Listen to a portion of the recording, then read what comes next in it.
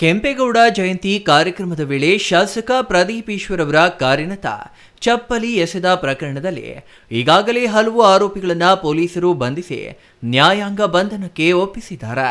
ಆದರೆ ಗಲಾಟೆಯ ವೇಳೆ ಶಾಸಕ ಪ್ರದೀಪ್ ಈಶ್ವರ್ ಅವರ ಪ್ರಚೋದನಕಾರಿ ಹೇಳಿಕೆ ನೀಡಿ ಪರಿಸ್ಥಿತಿ ಉದ್ವಿಗ್ನಗೊಳಿಸಿದ್ದಾರೆ ಎಂದು ಆರೋಪಿಸಿ ಬಿಜೆಪಿ ಮುಖಂಡರು ಚಿಕ್ಕಬಳ್ಳಾಪುರ ನಗರ ಪೊಲೀಸ್ ಠಾಣೆಗೆ ದೂರು ನೀಡಿದ್ದಾರೆ.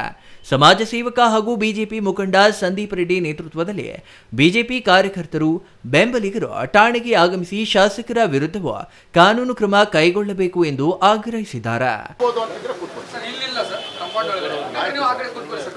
ಸಾರ್ವಜನಿಕ ಅಡ್ಡಾಡಕ್ಕೆ ಇದಕ್ಕೆ ತೊಂದರೆ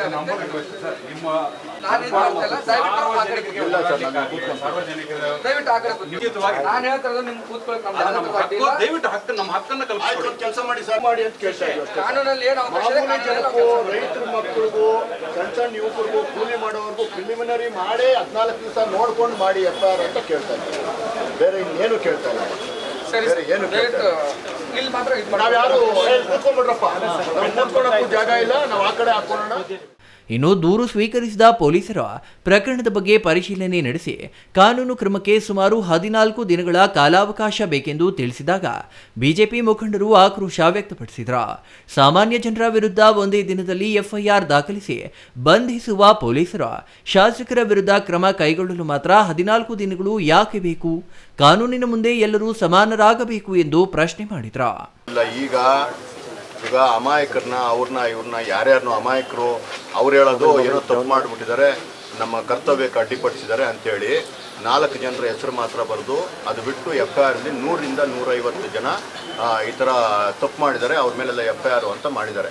ನಾವೇನು ಹೇಳ್ತಾ ಇದ್ದೀವಿ, ಆ 100-150 ಜನ ಯಾರಂತ ಗೊತ್ತಿಲ್ದಿರ ಇಡೀ ಚಿಕ್ಕಬಳ್ಳಾಪುರದಲ್ಲಿ ಎಲ್ಲ ಹಳ್ಳಿಗಳಲ್ಲಿ ಎಲ್ಲ ನಗರ ಪ್ರದೇಶದಲ್ಲಿ ಯಾರು ಪಾಪ ಅದರಲ್ಲಿ ಭಾಗವಹಿಸ್ತಾ ಇರೋವಂಥವ್ರು ಎಲ್ಲರೂ ಅವರ ರಾಜಕೀಯ ಕಾರಣಗಳಿಗೆ ಟಾರ್ಗೆಟ್ ಮಾಡಿ ಪ್ರದೀಪ್ ಈಶ್ವರ್ ಅವ್ರ ಮುಖಾಂತರ ಇವ್ರಿಗೆ ಹೆಸರುಗಳು ಕೊಡ್ತಿದ್ದಾರೆ. ಅವ್ರನ್ನ ಅಟ್ಟಾಡಿಸ್ಕೊಂಡು ಕರ್ಕೊಂಡ್ಬಂದು ಇಲ್ಲಿ ಕೂಡಿಸುವಂಥ ಕೆಲಸ ಮಾಡ್ತಿದ್ದಾರೆ. ನಿನ್ನೆ ಕೂಡ ನಮಗೆ ಬಂದಿರೋ ಮೂಲಗಳ ಪ್ರಕಾರ 4 ಜನನೋ 5 ಜನನೋ ಮತ್ತೆ ನಿನ್ನೆ ರಾತ್ರಿ ಕರ್ಕೊಂಡ್ಬಂದು ಕೂಡಿಸ್ಕೊಂಡವ್ರೆ. ಅದು ನನಗೆ ಅಧಿಕೃತವಾಗಿ ಗೊತ್ತಿಲ್ಲದಿರೋ ಜನ ಮಾತಾಡ್ತಿದ್ದಾರೆ. ಆದರೆ ಇದೆಲ್ಲದರಿಂದ ಭಯಭೀತರಾಗಿ ಜನ ಇವತ್ತೇನು ಮಾಡಿದ್ದಾರೆ, ಯುವಕರು ಇವರು ಮನೆ ಬಿಟ್ಬಿಟ್ಟು ಹೊಟ್ಟೋಗಿದ್ದಾರೆ. ಫೋನ್ಗಳು ಕೆಲವರು ತೊಗೊಂಡೋಗಿದ್ದಾರೆ, ಕೆಲವರು ಫೋನ್ಗಳು ತೊಗೊಂಡೋಗಿಲ್ಲ. ಆದರೆ ಮನೆಯಲ್ಲಿರೋ ಹೆಣ್ಮಕ್ಳು, ವೃದ್ಧರು, ತಂದೆ ತಾಯಿಗಳು ಎಲ್ಲರೂ ಭಯ ಬಿದ್ದಿದ್ದಾರೆ. ಏನು ಮಾಡಿದ್ರು ನನ್ನ ಮಕ್ಕಳು ಅಂತ ಅವ್ರಿಗೆ ಗೊತ್ತಿಲ್ಲ. ಯಾಕೆ ಪೊಲೀಸ್ ನಮ್ಮ ಮನೆ ಹತ್ರ ಬರ್ತಿದ್ದಾರೆ ಅಂತ ಗೊತ್ತಿಲ್ಲ. ಪೊಲೀಸರು ಹೋಗ್ತಿದ್ದಾರೆ ರಾತ್ರಿ ಹೊತ್ತು, ಎಂಥ ಟೈಮ್ ಅಂತೇನಿಲ್ಲ. ಅವ್ರ ಮನೆಗಳಿಗೆ ಹೋಗಿ ಕೆಲಸ ಕೇಳ್ತಿದ್ದಾರೆ, ಎಲ್ಲೋದ ಅಂತ ಕೇಳ್ತಿದ್ದಾರೆ, ಅವನಿಗೆ ಎಲ್ಲಿದ್ದಾನೆ ಅಂತ ಟ್ರ್ಯಾಕ್ ಮಾಡೋಕ್ಕೆ ಪ್ರಯತ್ನ ಪಡ್ತಿದ್ದಾರೆ. ಏನಂತ ಕ್ರಿಮಿನಲ್ ಕೆಲಸ ಮಾಡಿದ್ದಾರೆ ಅವರು? ಇದೆಲ್ಲದಕ್ಕೂ ಕಾರಣ ಯಾರು? ಇಲ್ಲಿ ಪ್ರವೋಕ್ ಮಾಡಿದ್ದು ಯಾರು? ಇದನ್ನು ಚಪ್ಪಲಿ ಬೀಸೋವರೆಗೂ ತಗೊಂಬಂದಿದ್ದು ವ್ಯಕ್ತಿ ಯಾರು? ಒಬ್ಬ ಇಡೀ ಚಿಕ್ಕಬಳ್ಳಾಪುರದ ಒಬ್ಬ ನಾಯಕನಾಗಿ ನಿಂತ್ಕೊಂಡು ಎಲ್ಲರನ್ನೂ ಸಮಾಧಾನ ಮಾಡಿ ಕರ್ಕೊಂಡೋಗಿ, ಅಥವಾ ಯಾರೋ ಒಬ್ಬರೊಂದಷ್ಟು ಜನ ತಪ್ಪು ಮಾಡಿದಾರೆ, ಒಂದು 4-5 ಜನ. ನೆನ್ನೆವರೆಗೂ ನಾವು ಸುಮ್ಮನೆ ಇದ್ವಿ. ಒಂದು 4 ಜನ ಮಾತ್ರ ಆಯಿತು ಕರ್ಕೊಂಡೋಗಿದ್ದಾರೆ, 2-3 ದಿವಸದಲ್ಲಿ ಬೇಲ್ ಆಗುತ್ತೆ, ಹೊರಗಡೆ ಬರ್ತಾರೆ. ನಮ್ಮ ಹುಡುಗರು ಏನೋ ಸ್ವಲ್ಪ ಕೋಪದಲ್ಲಿ ಏನೋ ಮಾತಾಡಿದ್ದು ಆಯಿತು, ಅಂಥ ವೇದಿಕೆಯಲ್ಲಿ ಮಾತಾಡಬಾರ್ದಾಗಿತ್ತು ಅಂತ ನಮ್ಮ ಇಡೀ ಎಲ್ಲರೂ ಹೇಳಿದ್ದಾರೆ. ನಮ್ಮ ಸಮುದಾಯದವ್ರು ಮಾತ್ರ ಅಲ್ಲ, ದೊಡ್ಡವರು ಹೇಳಿದ್ದಾರೆ, ಎಲ್ಲ ಕಮ್ಯುನಿಟಿಯವರು ಹೇಳಿದ್ದಾರೆ. ಅದಾದಮೇಲೆ ಪ್ರದೀಪ್ ಈಶ್ವರ್ ಅವ್ರು ನಡ್ಕೊಂಡಿದ್ದ ರೀತಿ ಹೆಂಗೆ? ಹೊರಗಡೆ ಬಂದು ತೋಳು ತಟ್ಟೋದು, ಕೂದಲು ಕಿತ್ತು ಬಿಸಾಕೋದು, ಮೀಸೆ ತಿರುವುದು ಮಾಡಿದ್ರೆ ದೊಂಬಿ ಇದ್ದೇಳಲ್ವ ಜನ? ತುಂಬ ಜನ ಇದ್ದಾಗ ಮಾಬ್ನ ಕಂಟ್ರೋಲ್ ಮಾಡೋಕ್ಕೆ ಯಾರ ಕೈಯಲ್ಲೂ ಆಗಲ್ಲ. ಆ ಮಾಬ್ನ ಕಂಟ್ರೋಲ್ ಮಾಡೋಕ್ಕೆ ಆಗದಿರೋ ಕೆಲಸ ಮಾಡಿದ್ದೆ ನೀವು. ಒಬ್ಬ ಶಾಸಕರಾಗಿ ಎಲ್ಲರನ್ನೂ ಇದು ತಗೊಬೇಕು, ತಾಳ್ಮೆಯಿಂದ ಇರ್ಬೇಕು ತಾವು. ನೀವು ಈಗೋಯಿಸ್ಟಿಕ್ಕಾಗಿ ನಡ್ಕೊಂಡು ಎಲ್ಲರಿಗೂ ಈ ರೀತಿ ಮಾಡಿ ಇಡೀ ಚಿಕ್ಕಬಳ್ಳಾಪುರಕ್ಕೆ ಬೆಂಕಿ ಹಚ್ಚುವಂಥ ಕೆಲಸ ಮಾಡ್ತಿದ್ದೀರಾ. ನಿಮ್ಮ ಏನಿದೆ ಇವತ್ತು, ಇದು ನಿಮ್ಮ ಪ್ಲಾನ್ ಏನಿದೆ, ಇದು ಸಕ್ಸಸ್ ಆಗಲ್ಲ. ಚಿಕ್ಕಬಳ್ಳಾಪುರ ಎಲ್ಲ ಒಂದಾಗುತ್ತೆ, ನೀವು ಒಬ್ಬರೇ ಕಾರ್ನರ್ ಆಗ್ತೀರಾ.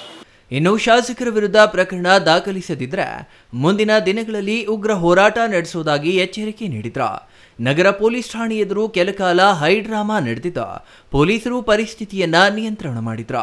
ದೂರು ಪರಿಶೀಲಿಸಿ ಕಾನೂನು ಪ್ರಕಾರ ಕ್ರಮ ಕೈಗೊಳ್ಳುವುದಾಗಿ ಅಧಿಕಾರಿಗಳು ಭರವಸೆ ನೀಡಿದ್ರು.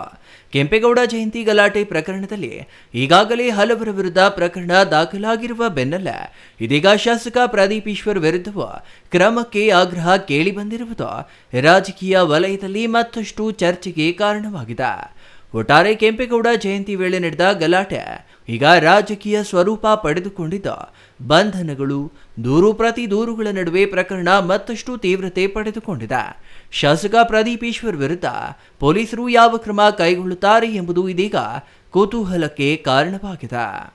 Thoudanahalli Ramesh, CTV news, Chikkaballapur.